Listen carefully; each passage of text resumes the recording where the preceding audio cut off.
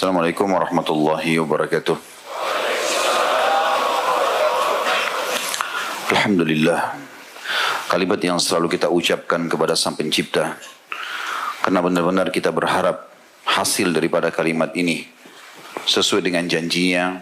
Pasti dia akan memenuhi kebutuhan kita dengan kalimat ini. Dan kita sebagai orang yang beriman pasti yakin dengan janji Allah, karena innallaha la yukhliful mi'ad. Maka selalulah mengucapkan kalimat ini, Alhamdulillah. Selanjutnya kita panjatkan salawat dan taslim kepada Nabi besar Muhammad sallallahu alaihi wasallam sebagaimana Allah telah perintahkan kita untuk mengucapkannya. Dan juga tentu kita mengejar apa yang sudah Allah janjikan dengan mengucapkan 1 kali salam hormat dibalas oleh Allah dengan 10 kali tambahan rahmat.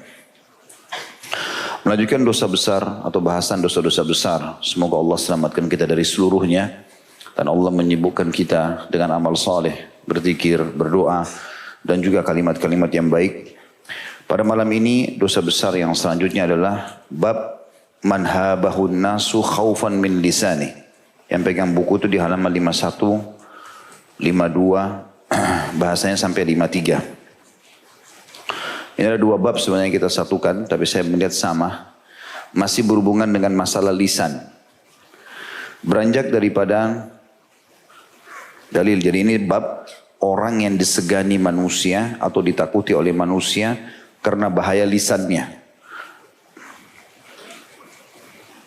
Dalil pertama diangkat oleh Syekh Muhammad bin Abdul Wahhab rahimahullah adalah firman Allah SWT yang masyhur, surah Al-Humazah ayat 1. A'udzu billahi minasyaitonir rajim. Wailun likulli humazatin lumazah. Sudah sering kita sampaikan tafsirnya surah ini.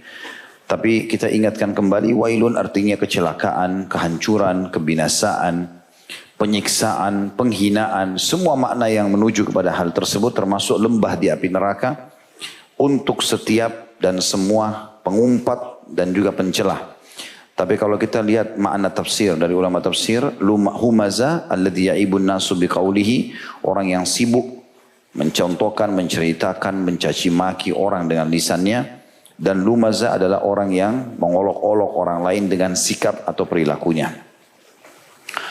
Juga diangkat dalil yang kedua dalam bab ini adalah hadis yang mulia, hadis riwayat Bukhari nomor 6054 dan Muslim nomor 2591 dari Aisyah radhiyallahu anha bahwasanya Rasulullah sallallahu alaihi wasallam bersabda, Inna syarran nasi manzilatan indallahi yawmal qiyamati man wada'ahu aw tarakuhun nas ittika'a fuhshi.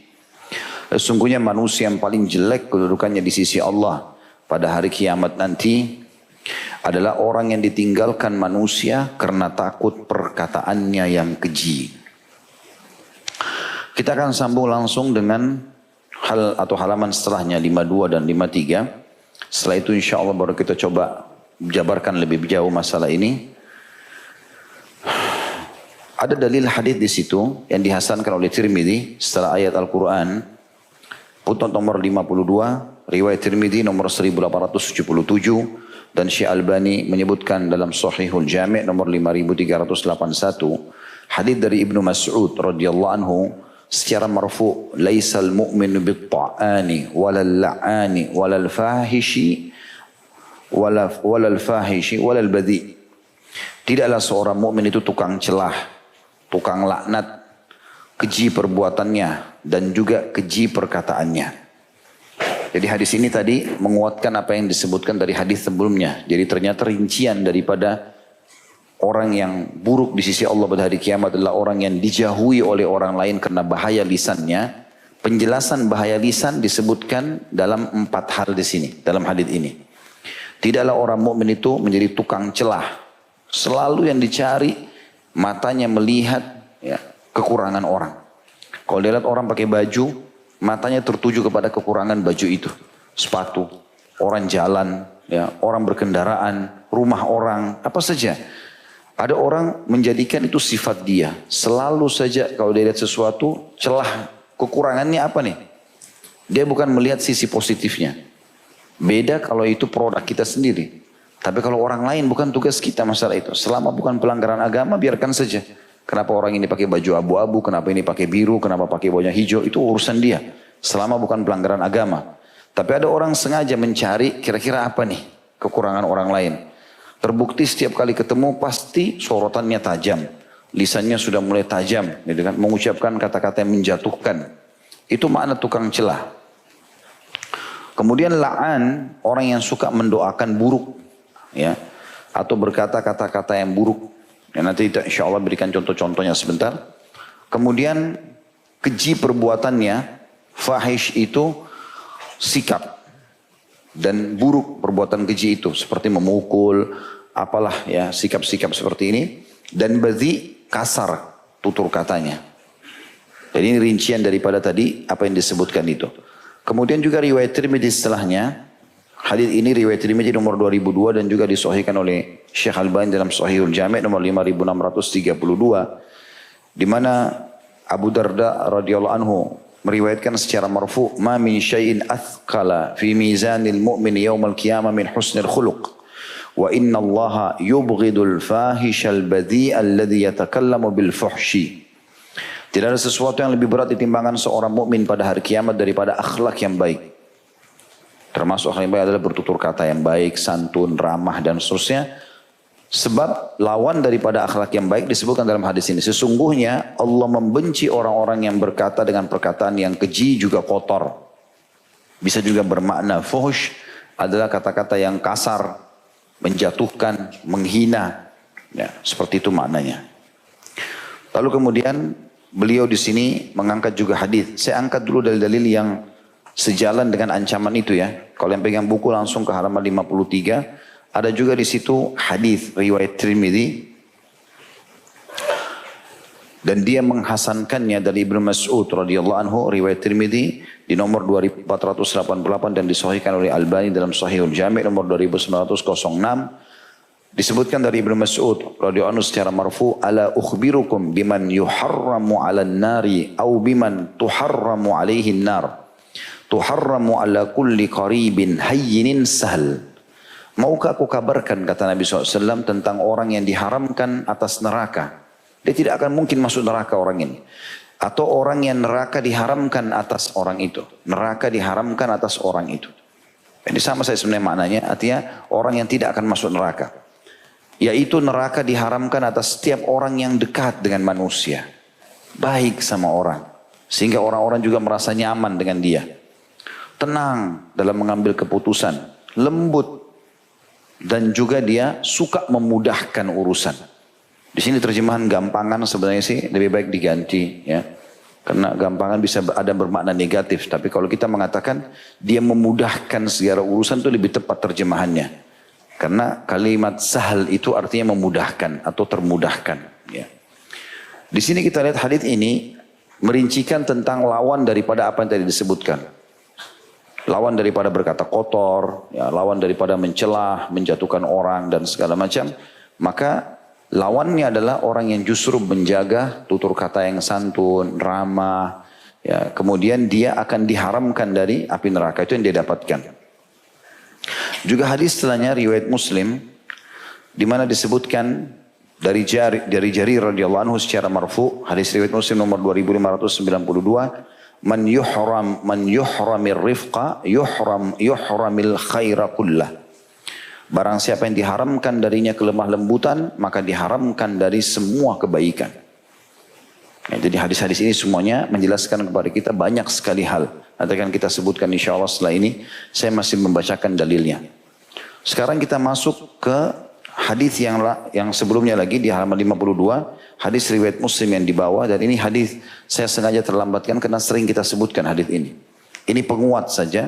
Adalah hadis riwayat Muslim nomor 2594 di halaman 52 yang paling bawah. Dalam riwayat Muslim dari Aisyah radhiyallahu anha secara marfu, "Inna rifqa la yakunu fi syai'in illa zana wa la yunza'u min syai'in illa syanah." Sesungguhnya kelembutan itu lawan daripada kasar tadi, bertutur kata yang kotor dan segala macam adalah orang yang punya lemah lembut dalam bertutur kata. Dia pilih kosakatanya, intonasi suaranya, semuanya ditata dengan sangat baik sehingga orang merasa nyaman dekat dengan dia. Sesungguhnya kelembutan tidaklah ada dalam sesuatu kecuali menghiasinya, dan tidaklah dicabut dari sesuatu kecuali akan membuatnya buruk. Yang terakhir dalilnya adalah surah Al-Furqan ayat 72. Kita kembali kepada halaman 52 dalil pertama dalam bab ini. Yaitu surah Al-Furqan ayat 72 Allah berfirman, a'udzubillahi minasyaitonir rajim. Salah satu ciri hamba Allah selain memang dia bertutur kata yang baik, santun, ramah, ya, memudahkan urusan, semuanya bagi dia itu nggak ada masalah. Iya, baik, mudah. Dan tidak pernah berkata-kata kotor, kasar, nyalain orang, caci maki orang, tidak ada itu. Dan kalaupun ada yang terjadi, orang lain berusaha bertutur kata yang buruk sama dia, dia tidak akan balas dengan keburukan. Nah, itu yang disebutkan di dalam surah Al-Furqan ayat 72. A'udzu billahi minasyaitonir rajim walladzina la yashhaduna az-zura wa idza marru bil lagwi marru kirama. Salah satu ciri hamba Allah yang dijamin surga bagi mereka, hamba-hamba pilihan, adalah orang-orang yang tidak memberikan persaksian palsu, tidak pernah berkata kepalsuan dan untuk mendukung kebatilan. Dan apabila mereka bertemu dengan orang-orang yang mengerjakan perbuatan-perbuatan yang tidak berfaedah, tutur kata yang kasar segala macam, dia tidak melayaninya. Mereka lalui saja dengan menjaga kehormatan dirinya. Dicaci maki, dikatain apa, digibah, difitnah, dibiarin aja sama dia. Udah ditinggalin aja. Dianggap itu orang bodoh yang tidak perlu dilayani. Tapi kan Ustaz, nanti nama saya rusak. Allah ada. Tidak usah antum khawatir. Selama kita benar, Allah punya cara. Tidak usah kita sibukkan diri dalam memperbaiki nama kita sementara kita tidak salah. Kecuali antum salah. Baru mungkin kita jadikan sebagai bahan introspeksi diri supaya kita, oh ini salah. Kita istighfar, kita coba perbaiki. Dan tidak usah kita membela diri. Udah selesai, udah salah. Atau memang kita benar, tidak usah. Tinggalkan sama sekali. Ini firman Allah Subhanahu wa ta'ala memuji hamba-hamba Allah seperti itu. Baik teman-teman sekalian, kita coba lebih dalam membahas beberapa hal yang berhubungan dengan materi kita pada malam ini. Yang pertama, kita coba lebih dalam membahas hadis tadi. Laisal mu'minu bit-ta'ani walal la'ani walal fahish walal badhi. Bukanlah seorang mukmin itu yang suka mencaci, orang yang gemar melaknat, orang yang suka berbuat atau berkata-kata keji, dan orang yang suka berkata kotor atau jorok. Hadis ini mengandung banyak sekali pelajaran-pelajaran yang harus diambil. Yang pertama teman-teman sekalian, ada sebuah riwayat yang sangat menarik. Disebutkan dari Syarik. Dan ini mungkin kita bisa bilang manfaat pertama dari hadis yang kita bisa ambil ya. Dari Syakik, dia berkata, pernah Abdullah bin Mas'ud radhiyallahu anhu di musim haji bertalbiyah di atas bukit Safa. Setelah dia mengatakan labbaik Allahumma labbaik, labbaik la syarika lak labbaik, innal hamda wa ni'mata lakal mulk la syarika lak. Kemudian dia juga baca innas safa wal marwata min sya'airillah sampai selesai akhir ayat itu di bukit Safa. Lalu dia tiba-tiba berkata, Ibnu Mas'ud berkata, Syakik ini seorang tabi'in yang merupakan murid Abdullah bin Mas'ud dan sering ikut sama beliau. Dengar, Abdullah bin Mas'ud mengucapkan begini, wahai lisan, berkatalah yang baik, niscaya engkau akan memperoleh kebaikan. Atau diamlah, niscaya engkau akan selamat sebelum engkau menyesal. Jadi bagaimana dia radhiyallahu anhu menasihati dirinya sendiri. Mulai sekarang lisanmu hanya mengucapkan kebaikan saja. Atau diam supaya kau tidak akan menyesal. Setiap perkataan, makna kalimat ini, setiap perkataan kalau kita belum keluarkan dari mulut kita, berarti masih milik kita. Kita masih bisa mengontrolnya. Pegal segala macam itu gak ada masalah, itu bisa. Jangan dibalas. Nanti kita akan sebutkan ada riwayat di mana Nabi SAW ingatkan, jangan balas keburukan dengan keburukan, diingatkan. Karena ada manfaat yang kita dapatkan nanti. Ada hadis yang akan saya sebutkan insya Allah. Kemudian kalau kita sudah ucapkan, maka ini malah masalah. Karena sulit untuk menariknya kembali. Kata sebagian ulama, yang paling sulit untuk ditarik kembali adalah perkataan yang sudah diucapkan. Biar kita menyampaikan maaf, sudah berbekas sama orang.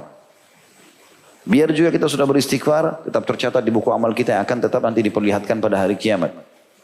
Dan pepatah bahasa Arab mengatakan, kalau kau titip emas pada orang, pastikan tidak akan bertambah. Tapi kalau kau titip kata-kata, pastikan dia akan bertambah. Gitu. Maka dia mengatakan, wahai lisan, berkatalah yang baik, niscaya engkau akan memperoleh kebaikan. Dan atau diamlah, niscaya engkau akan selamat sebelum engkau menyesal. Maka bertanya Syakik ini, wahai Abu Abdurrahman, ini julukannya Abdullah bin Mas'ud radhiyallahu anhu, apakah ini suatu ucapan yang anda ucapkan sendiri atau anda pernah dengar dari Nabi SAW? Kata beliau, tidak.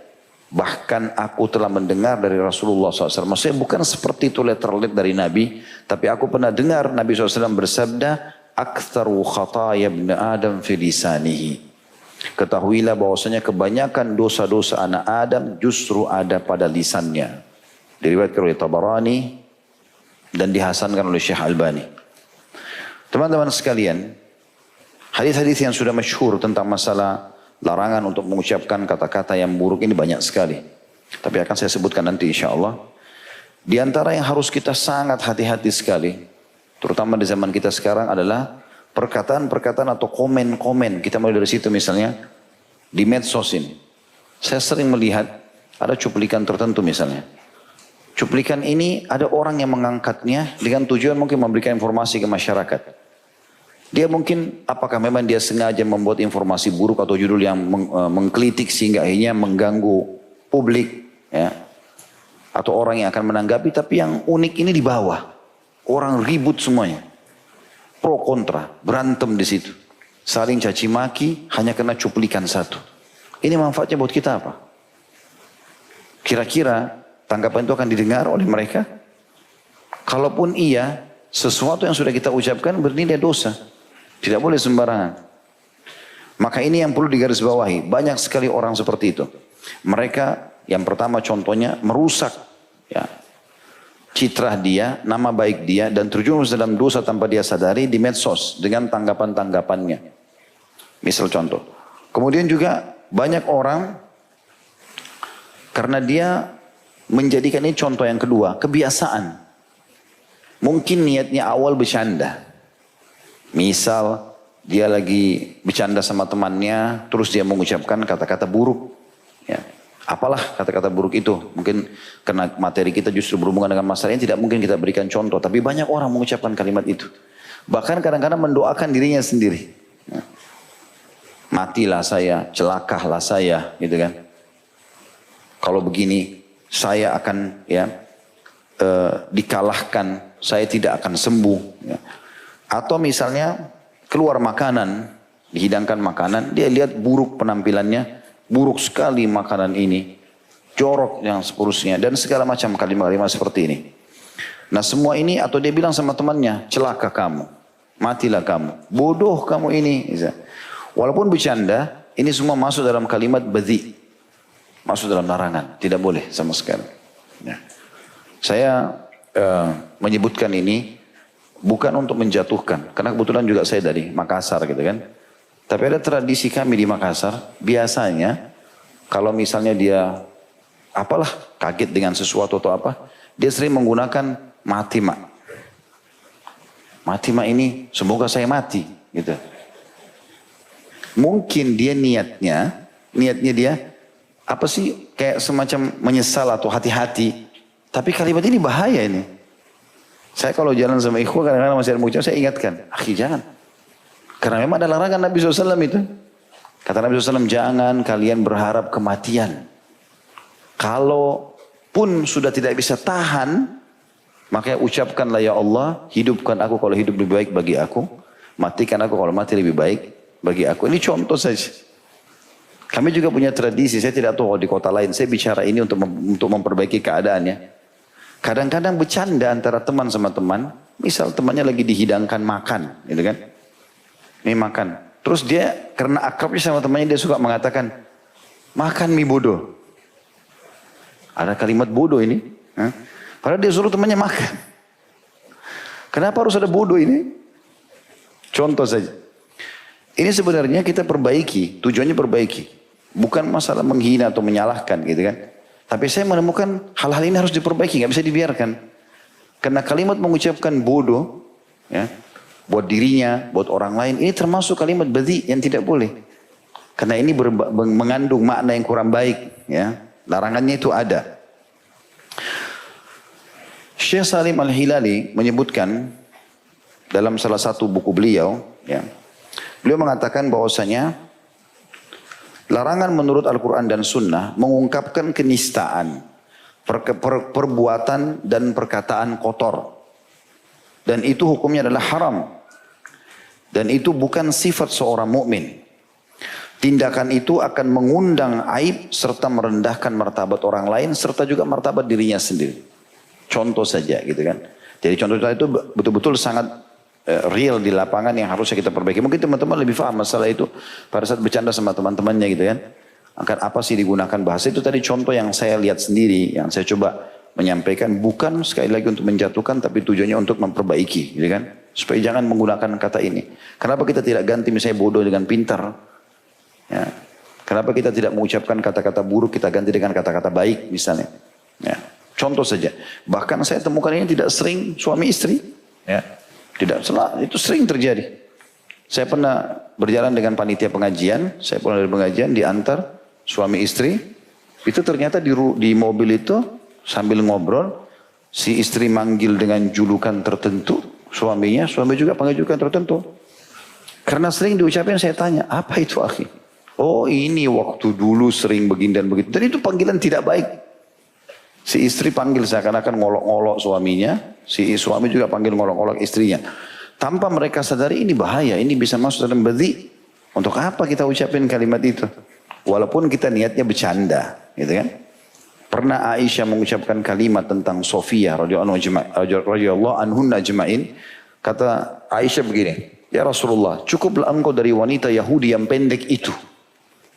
Kalimat saja, pendek. Mungkin memang postur tubuhnya pendek gitu kan. Tapi kalimat itu apa kata Nabi SAW? Wahai Aisyah, kau sudah mengucapkan kalimat, kalau seandainya ditaruh di laut, rusak laut itu. Kalau dosamu itu nanti dosa dari kalimat ini ditaruh di laut, rusak laut itu. Padahal laut itu begitu luas. Gitu kan. Ini saking besarnya bobot kalimat tersebut. Artinya tidak boleh mengucapkan. Untuk apa kita ucapkan gitu? Seperti itulah.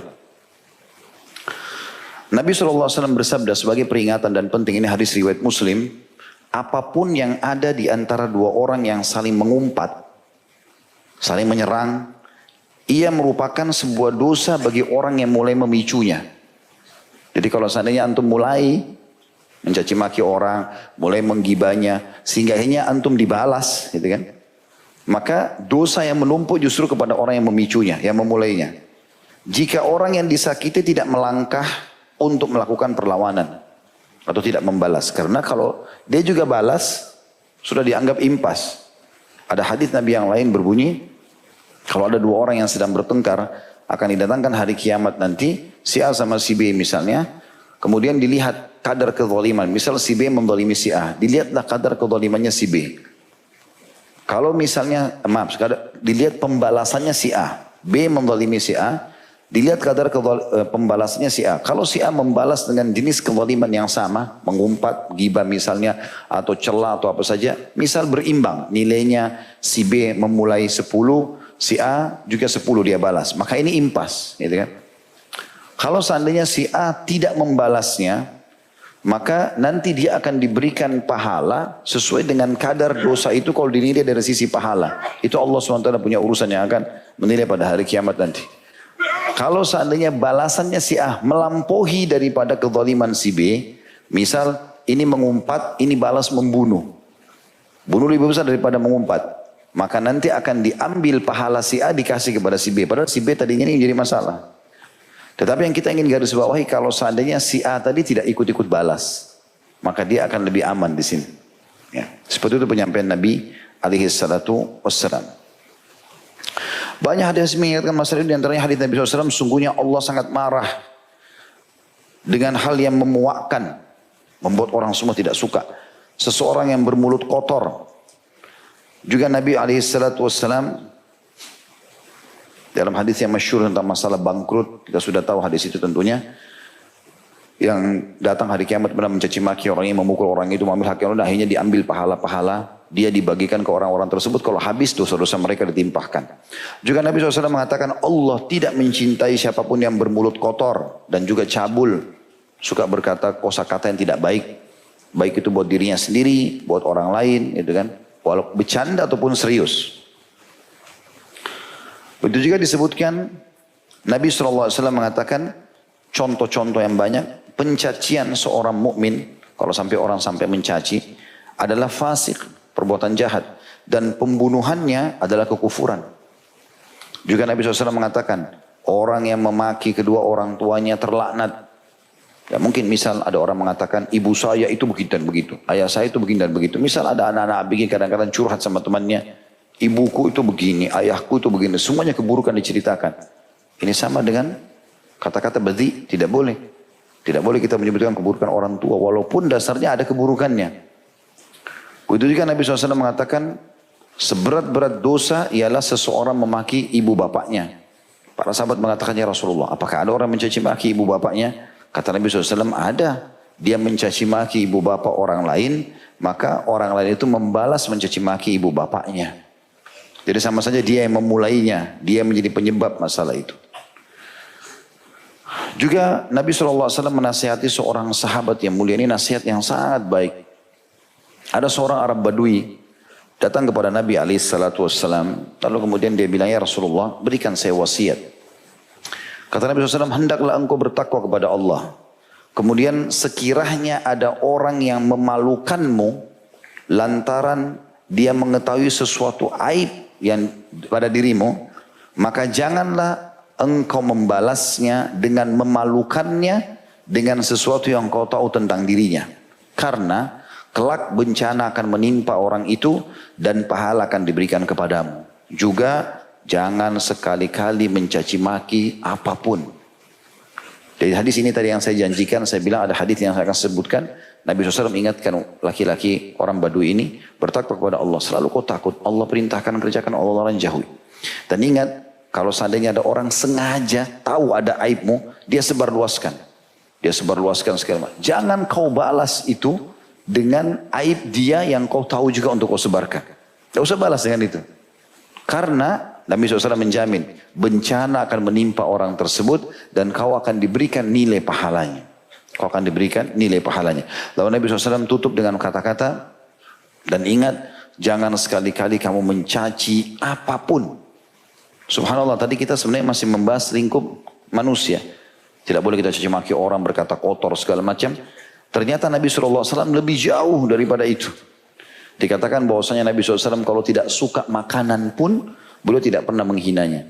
Beliau cukup tidak menyentuhnya. Dan orang yang mengundangnya sudah tahu berarti Rasulullah SAW tidak suka. Saking menjaganya tidak mengucapkan kata-kata yang buruk. Al-Quran juga teman-teman sekalian menggunakan bahasa-bahasa yang sangat santun. Sampai dalam masalah biologis misalnya. Penjelasan masalah biologis Allah SWT menggunakan kalimat-kalimat lams misalnya. Aula mastumun nisa. Kata-kata lams ini sentuhan. Orang Arab membahasakan sentuh. Tapi kalau kita masuk ke tafsir, maka ulama tafsir merincikan bahwasanya yang dimaksud dengan lams adalah hubungan biologis. Tapi Al-Quran tidak mengatakan lakukanlah biologis itu dengan istrimu misalnya. Ayat Al-Quran Al-Baqarah 222 menjelaskan masalah haid. Allah SWT membahasakan itu. Allah mengatakan, ditanyakan kepada Muhammad tentang haid. Hai Muhammad, katakan dia adalah penyakit, maka jauhilah wanita istri di saat haid itu, dan jangan kau sentuh mereka, dekati mereka sampai mereka bersuci. Kalau mereka sudah bersuci, datangilah mereka di tempat yang Allah sudah perintahkan kalian. Allah enggak sebutkan kemaluan, Allah sebutkan di tempat yang Allah sudah perintahkan. Orang berakal sudah faham masalah itu. Saking menjaganya bahasa-bahasa santun seperti ini, bahasa sindiran, gitu kan. Dan Ibnu Mas'ud radhiyallahu anhu menyebutkan bahwasanya Allah Subhanahu wa taala yang Maha hidup dan Maha suci selalu menggunakan bahasa-bahasa yang baik sampai-sampai membahasakan persetubuhan dengan bersentuhan kulit. Jadi tidak langsung. Gitu. Nabi SAW bersabda, bukanlah seorang mukmin pencaci, pelaknat, bukan yang suka berkata kotor dan lidahnya suka menyebut kata-kata hina. Sesungguhnya Allah tidak suka kepada orang yang bercakap kotor, berlaku cabul, suka berteriak-teriak di pasar. Sebenarnya di pasar itu umumnya orang teriak. Ya. Dia mau panggil pembeli atau mungkin dia mau jual barangnya, ya. Tapi subhanallah orang mukmin disuruh jaga. Pasar pun enggak boleh teriak. Cara yang baik. Enggak usah teriak-teriak, gitu kan? Ini termasuk larangan di dalam hadis. Bukan cuma itu teman-teman sekalian. Nabi SAW melarang kita mencaci maki orang-orang kafir. Kita boleh menyalahkan sikapnya. Mencaci maki fisiknya tidak dibolehkan. Jangan hidup. Yang sudah mati pun begitu. Nah dalilnya sebenarnya kita ambil dalil tentang orang kafir yang mati di Badr ya. Tapi kalau orang mati saja Nabi larang begini, apalagi orang hidup. Nabi SAW disebutkan dalam hadis, ya, sebuah hadis yang sahih, beliau berkata kepada para sahabat, janganlah, karena para sahabat ini pada saat sudah mengumpulkan Abu Jahal, Umayyah bin Khalaf, Syaibah, Utbah, orang-orang jahat di perang Badar ini, yang memang dasarnya di Mekah suka mencaci maki Islam, keluar dengan pedangnya, dengan hartanya untuk memerangi Islam, mati semua di depan para sahabat. Ini tinggal sahabat mau apa saja terserah, mau ditendangin, mau dicaci maki, sudah jadi mayit juga, gitu kan, dalam keadaan kafir. Tapi Nabi SAW wasiatkan mereka pada saat dikumpulkan jenazah itu, ditarik, dimasukkan ke dalam satu sumur, kecuali jenazahnya Abu Jahal. Karena, maaf, kecuali jenazahnya Umayyah bin Khalaf, karena sudah membengkak dalam buku sejarah dikatakan, dan kalau ditarik tubuhnya bisa tercopot, gitu kan. Maka ditumpukin dengan batu oleh para sahabat. Yang lain dimasukkan dalam sumur. Lalu Nabi SAW berwasiat, jangan kalian memaki-maki mereka, yakni orang-orang musyrik yang telah terbunuh dalam perang Badar. Sebab caci makimu itu tidak akan memberikan apa-apa kesan kepada mereka. Enggak akan menambah hukuman Allah pada mereka. Enggak akan juga memberikan manfaat buat kamu. Malah sebaliknya kata Nabi, kau akan menyakiti hati orang-orang yang masih hidup, ya, dari keluarga si mayit itu. Ketahuilah bahwasanya kata-kata yang kotor itu adalah satu kejahatan. Padahal ini mayitnya orang kafir di depan mata yang sudah jelas-jelas keluar ingin memerangi Islam. Nabi SAW masih larang, tidak boleh. Mencaci maki mereka tidak boleh. Ini penting sekali untuk digaris bawahi, apalagi kalau orang kafir masih hidup. Sebagian ulama memberikan rukhsah keringanan, bolehnya menghina atau mencaci maki sikap perbuatan. Misal perzinahan, misal sikap apa ya. Perbuatan buruk ini memang dasarnya, gitu kan, tidak disenangi. Allah Subhanahu wa taala melaknat pencuri, melaknat orang begini dan begitu. Maka perbuatan curiannya itu loh, ya. Pencurian itu tidak baik, itu dilaknat oleh Allah, misal contoh. Tapi pelakunya nggak usah. Datang hukuman Allah sudah cukup. Ya, hukuman Allah sudah cukup. Saya pernah kasih contoh teman-teman. Sekarang kalau kita keluar masjid sendalnya hilang. Banyak orang melakukan perbuatan yang salah. Begitu sendalnya hilang marah-marah. Keluarlah cacian-cacian yang dia ucapkan.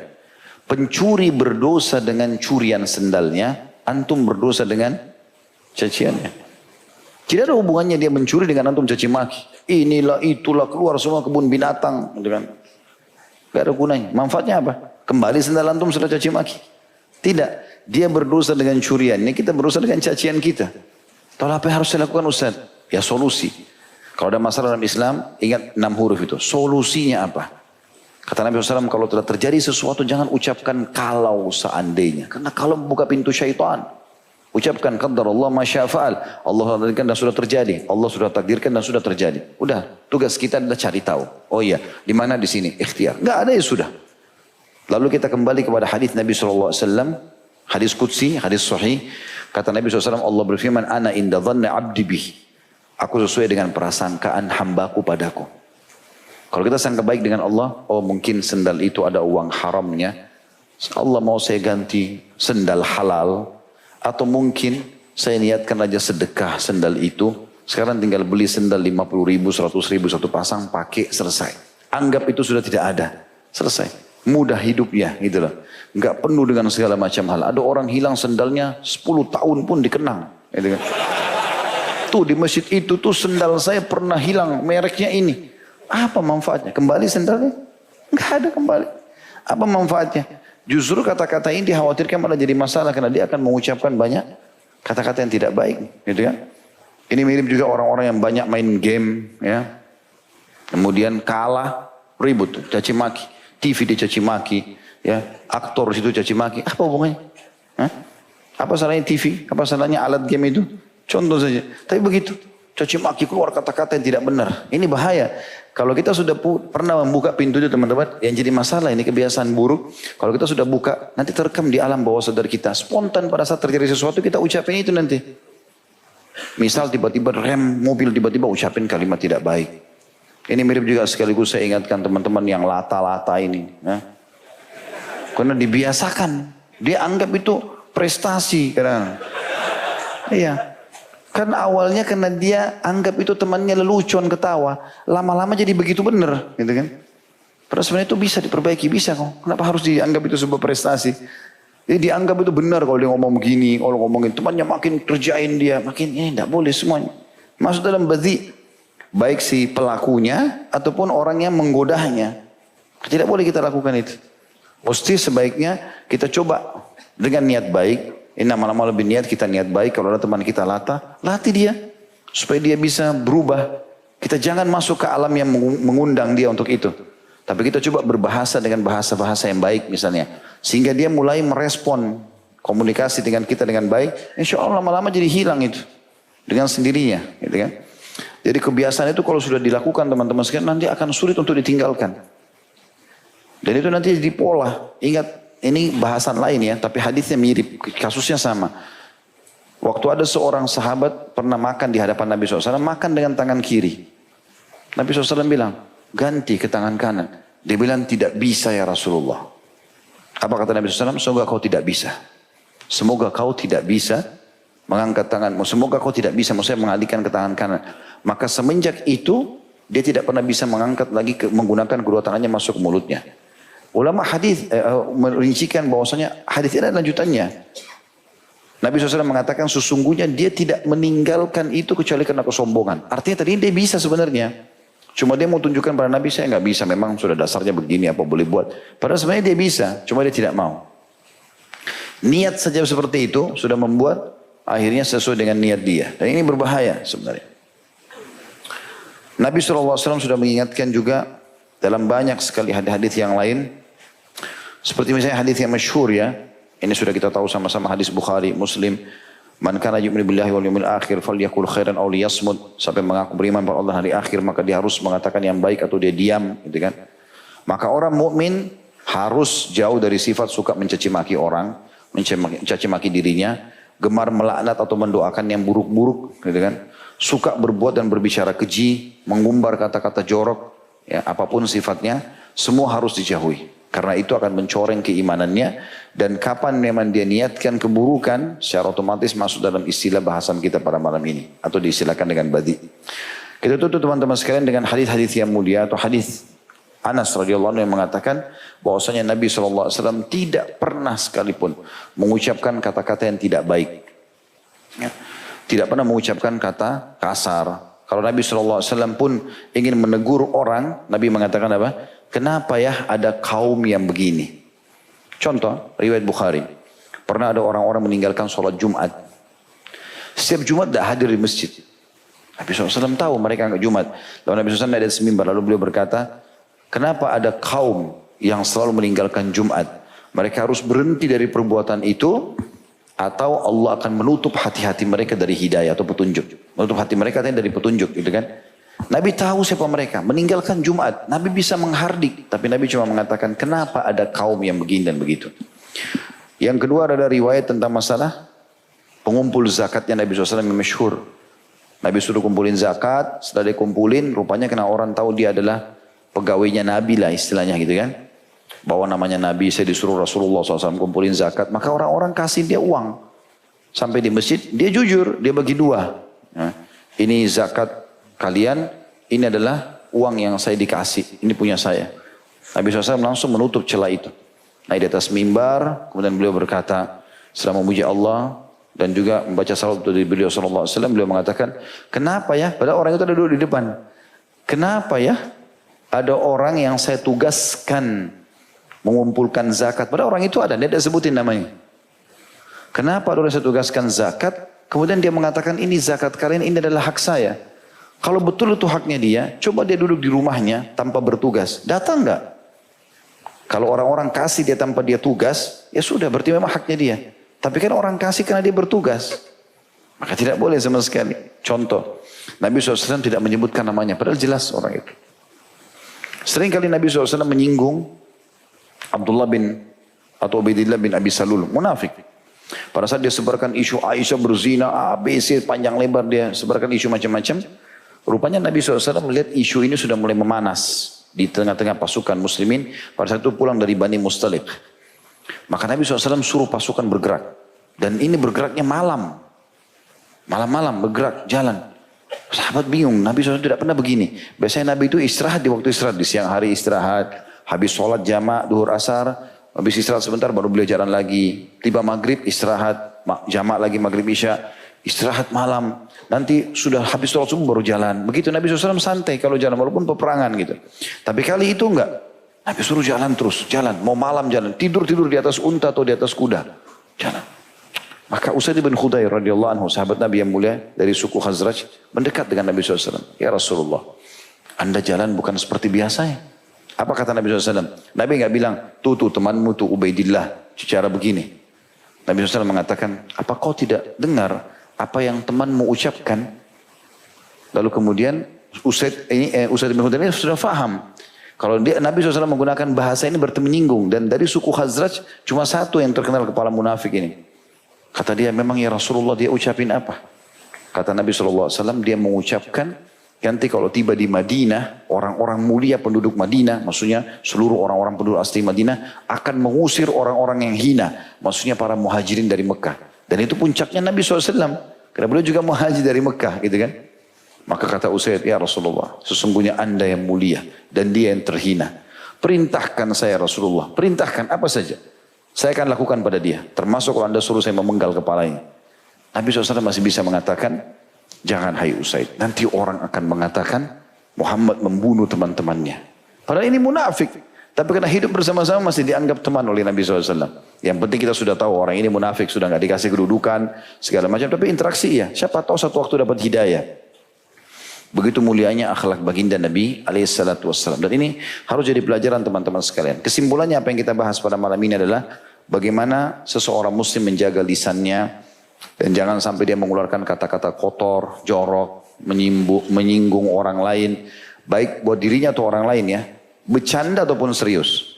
Karena itu nanti akan bisa masuk dalam bab dosa besar ini. Allahu a'lam. Begitu saja. Subhanakallahumma bihamdika asyhadu an la ilaha illa anta astaghfiruka wa atubu ilaik. Wassalamualaikum warahmatullahi wabarakatuh.